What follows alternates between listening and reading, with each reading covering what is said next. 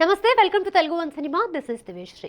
DJ Tillu, Tillu square వంటి విజయవంతమైన చిత్రాల ద్వారా ప్రేక్షకుల్లో మంచి గుర్తింపు పొందిన హీరో సిద్ధు జొన్నలగడ్డ. ముఖ్యంగా ఆ రెండు చిత్రాల ద్వారా ఎంతో మంది అభిమానుల్ని సంపాదించాడు. అది ఎంతలా అంటే సిద్ధు అనే పేరుని మర్చిపోయి టిల్లు అని పిలుచుకునేంతలా. టిల్లు స్క్వేర్తో తొలిసారి 100 కోట్ల క్లబ్లోకి చేరి తనకంటూ ఓ ప్రత్యేకమైన బెంచ్ మార్క్ని క్రియేట్ చేసుకున్నాడు. ఇక టిల్లు స్క్వేర్ తర్వాత ఏప్రిల్ 10న జాక్ అనే మూవీతో ప్రేక్షకుల ముందుకు వచ్చాడు. పవన్ కళ్యాణ్, ఎన్టీఆర్తో పాటు గతంలో ఎన్నో హిట్ చిత్రాలను నిర్మించిన శ్రీ వెంకటేశ్వర సినీ చిత్ర జాక్ని నిర్మించింది. Baby movie fame Vaishnavi Chaitanya హీరోయిన్గా చేయగా బొమ్మరిల్లు భాస్కర్ దర్శకుడిగా వ్యవహరించాడు. దీంతో రిలీజ్కి ముందు నుంచే జాక్పై భారీ అంచనాలు ఏర్పడ్డాయి. కానీ ఎవరూ ఊహించని విధంగా తొలి షో నుంచే ఫ్లాప్ టాక్ని తెచ్చుకుంది.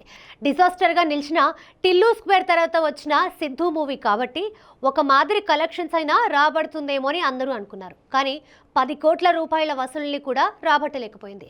దీంతో చిత్ర నిర్మాత బీవీఎస్ఎన్ ప్రసాద్కి భారీ నష్టాలు వచ్చాయనే టాక్ సినీ సర్కిల్స్లో వినిపించింది. ఈ నేపథ్యంలో తాజాగా జాక్ మూవీకి సిద్ధు తీసుకున్న 8 కోట్ల రూపాయల రెమ్యునరేషన్లో 4 కోట్ల రూపాయలని వెనక్కి ఇచ్చినట్లుగా వార్తలు వస్తున్నాయి. సిద్ధు అప్కమింగ్ సినిమాల విషయానికి వస్తే ప్రస్తుతం తెలుసు కదా అని మూవీ చేస్తున్నాడు. ప్యూర్ లవ్ స్టోరీగా తెరకెక్కుతున్న ఈ మూవీకి నీరజ కోన దర్శకత్వం వహిస్తోంది. రాశి ఖన్నా, శ్రీనిధి హీరోయిన్లుగా చేస్తుండగా దీపావళి కానుకగా అక్టోబర్ 17న విడుదల కాబోతోంది.